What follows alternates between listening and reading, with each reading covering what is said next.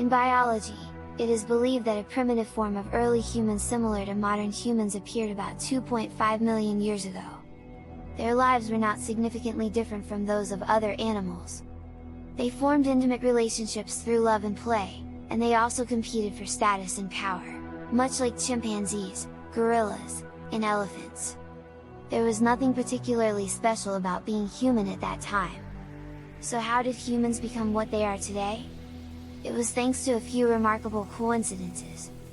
The current human species, Homo sapiens, belongs to the primate family that includes chimpanzees, gorillas, and orangutans. For a long time, humans considered themselves as being separate from other animals, as if they did not belong to any particular species. Over the past 10,000 years, our species has been the only human species on Earth, so we have become accustomed to thinking of ourselves as the only humans. However, in the true sense of the word, humans are animals belonging to the Homo genus, and within this genus, there have been many other species besides Homo sapiens.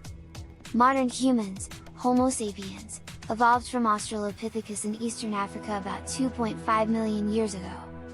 Among other human species, there were the Neanderthals, also known as Homo neanderthalensis, which survived for nearly 200,000 years and were the longest-lasting human species. There were also Homo erectus, who lived alongside us for a long time, Homo soloensis found on the Indonesian island of Java, the diminutive Homo floresiensis who survived on the resource-poor island of Flores, and even the recently discovered Homo denisova in 2010. In total, there were at least 6 different species that coexisted. One common mistake people often make is thinking of these species as a single lineage. For example, the idea that Homo ergaster gave birth to Homo erectus, who then gave birth to Neanderthals, and that Neanderthals evolved into our species, Homo sapiens. This linear model leads to misunderstandings that at any given time, there was only one human species on Earth, and that all the older species were our ancestors. In fact, from about 2 million years ago to about 10,000 years ago, various human species coexisted on Earth simultaneously. This is similar to how different species of bears, such as grizzly bears and polar bears, exist during the same period. However, currently, all other 6 species of human have gone extinct, and only Homo sapiens remains. What happened? To answer this question, we need to understand the characteristics of Homo sapiens. Compared to other animals, humans are born in a helpless state. They require years of nurturing and teaching from adults to survive. In fact, this was a highly challenging condition for survival in a hunting-based food chain environment. It was extremely difficult for mothers to care for newborn babies while procuring food. Therefore, cooperation with neighbors was essential for humans. As a result, humans placed great importance on social relationships and formed strong social bonds.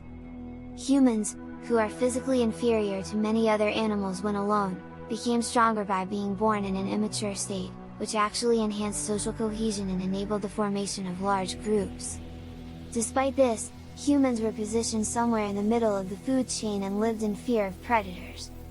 They primarily gathered plants and insects, hunted small animals, and consumed meat left by larger carnivorous animals. The primary use of early stone tools was to break bones and extract marrow. It involved scavenging for edible parts from the remains left by predators. For millions of years, humans lived as hunter-gatherers, and it was only around 400,000 years ago that they began regularly hunting large game. Humans made a leap to the top of the food chain only about 100,000 years ago. Animals that evolved to the top of the food chain through evolution gradually developed strength and abilities, allowing the ecosystem to establish checks and balances to prevent excessive destruction caused by lions or sharks, for example. For instance, as the hunting ability of lions increased, gazelles evolved to run faster. It means lions cannot catch all the prey in a single hunt. In contrast, humans reached the top of the food chain in a remarkably short time. Due to the days when they were always the losers, constantly running and starving, they never assumed that the top position would always be safe. Their bodies didn't undergo radical changes, and fear and worries didn't disappear. As a result, Homo sapiens became more brutal and dangerous. One of the biggest reasons they reached the top of the food chain was their ability to use fire.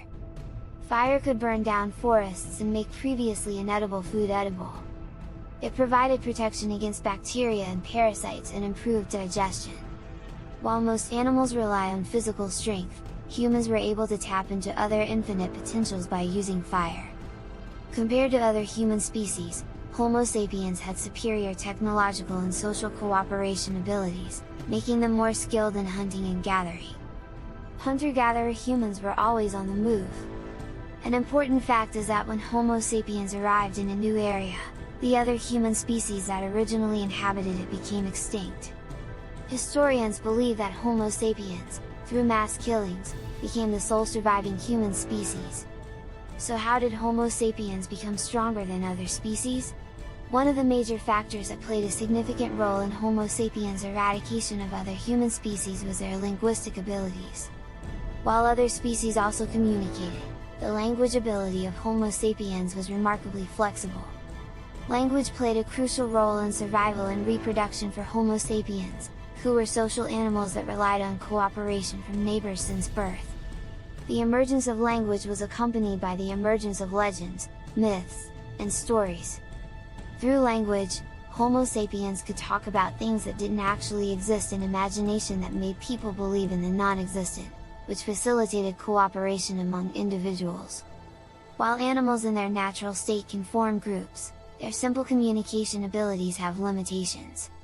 For example, the number of individuals in a chimpanzee community ranges from 20 to 50. However, if the number of chimpanzees within a group increases, the order becomes unstable, and eventually, discord arises, leading to the formation of new groups. However, Homo sapiens, through language, was able to create stories and make many people believe in things that were invisible and non-existent.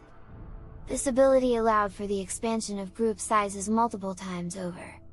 Making stories believable is challenging, but once successful, it grants immense power. It enables hundreds of unfamiliar individuals to come together and strive toward a common goal. This was the secret behind Homo sapiens' ability to prevail over physically stronger Neanderthals and other human species. Moreover, through language, Homo sapiens could convey more information and form larger groups. It allowed them to create concepts of society and tribes, enabling the integration of even unfamiliar individuals. Despite these advancements, Homo sapiens still feared and faced threats from predators. They lived by constantly seeking food, wandering as a group. The movement of the group was influenced by seasonal changes, the annual migrations of animals, and the growth cycles of plants. In some cases, permanent camps were established in places with abundant food, and coastal and riverside villages formed. Most of the time, food was procured through gathering on a day-to-day basis, accumulating extensive knowledge about the surrounding environment and nature. The hunter-gatherer lifestyle was abundant. They did not have to toil extensively, and they were not at risk of starvation or malnutrition. They obtained a rich and diverse array of nutrients. Furthermore, they did not depend solely on a single food source, so even if the supply of a particular food was cut off, it posed less of a problem. However, approximately 10,000 years ago, all of these circumstances changed. Homo sapiens devoted almost all their time and effort to the cultivation of certain animal and plant species. This marked the beginning of agriculture. It wasn't a sudden shift to settlement and farming, rather, multiple factors played a complex role. For hunter-gatherers, carrying infants and young children was burdensome. Therefore, they made efforts to have fewer children within a span of 3 to 4 years. Practices such as abstinence, abortion, and infanticide were also present. The timing was right for the advent of agriculture. Around 18,000 years ago, the last ice age receded, and a period of warming began. Millet farming was suitable for the climate, and people gradually abandoned the nomadic way of life and started settling down. Knowledge and technology related to farming gradually increased. People started harvesting and processing grains, storing them, and even sowing seeds. Hunter-gatherers gradually transitioned into becoming farmers. With the increase in food supply from settled villages, the population began to grow. In a sedentary lifestyle, women were able to have a baby every year. However, with the increase in population, the problem of rapid depletion of food arose, necessitating the expansion of cultivated land and increased labor. People living in 8500 BCE had a more challenging life compared to those in 9500 BCE or 13,000 BCE.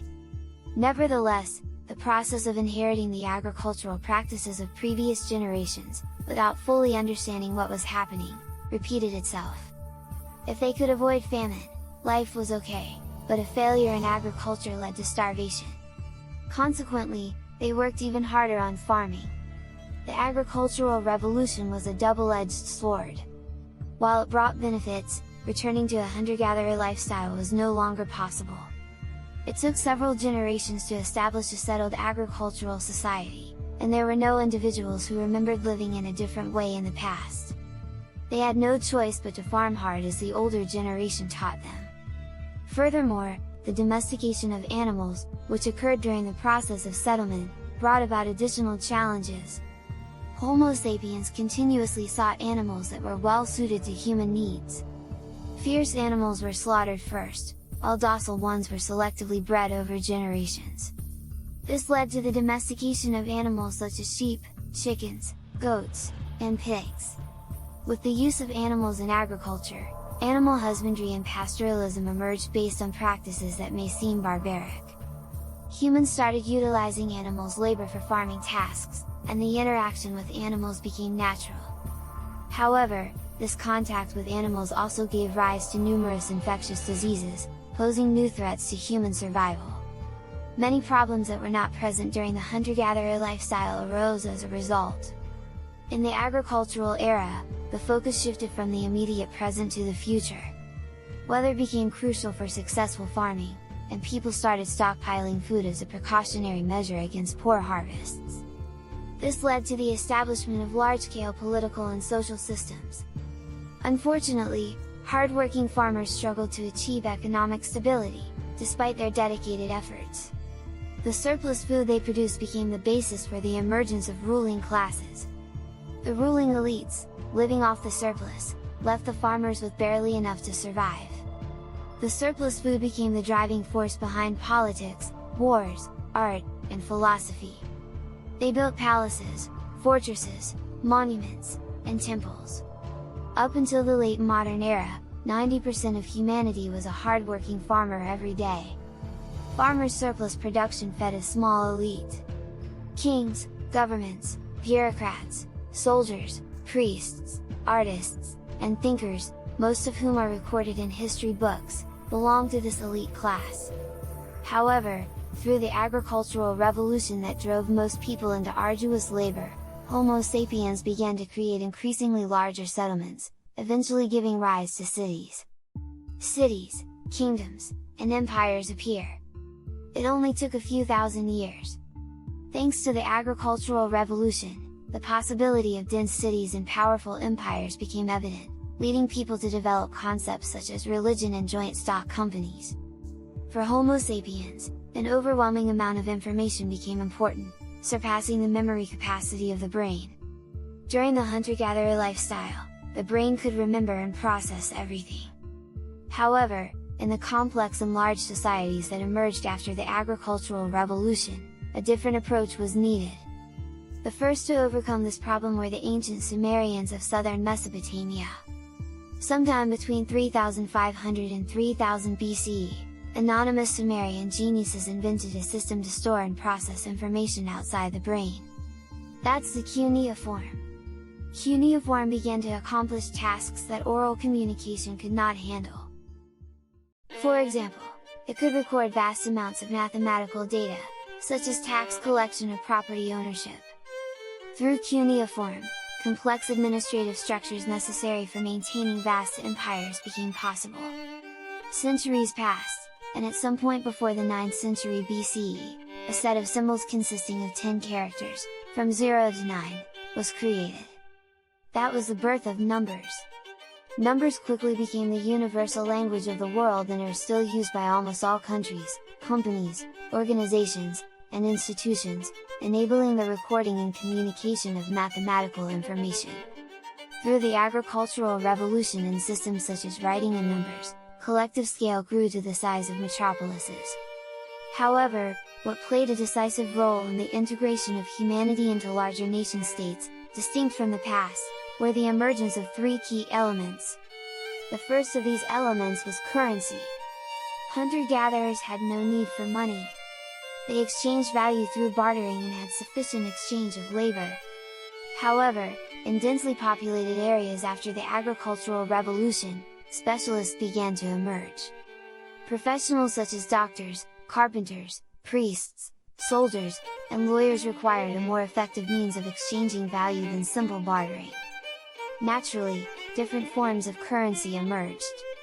And thanks to a universal medium of exchange that could fairly represent everything, complex networks of trade and dynamic markets could arise. In reality, money only exists among people who trust it.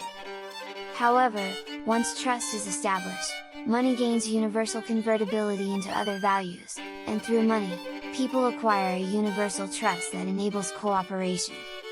Due to these principles, millions of people were able to effectively cooperate in trade and industry. The second element that played a decisive role in the integration of humanity was empires. To be considered an empire, it had to govern a significant number of citizens with diverse cultural identities, living in geographically distant regions. Empires could assimilate and incorporate more nations and territories while maintaining their own basic structure and identity. Empires rapidly reduced human diversity, while simultaneously creating larger and new groups. For the past 2,500 years, empires have been the most prevalent form of political organization in the world. To construct and maintain empires, countless people were ruthlessly killed, and the remaining individuals were brutally oppressed. War, slavery, exile, and mass killings are commonly regarded as typical means of empires. While empires also fostered the development of philosophy, art, and legal systems, their decisive role lay in the assimilation of numerous smaller cultures into a few larger ones. It was argued that the conqueror's superior culture benefited the conquered, as standardization was useful for governance. The third element that played a decisive role in the integration of humanity is religion. Today, religion is often seen as a source of discrimination, conflict, and division.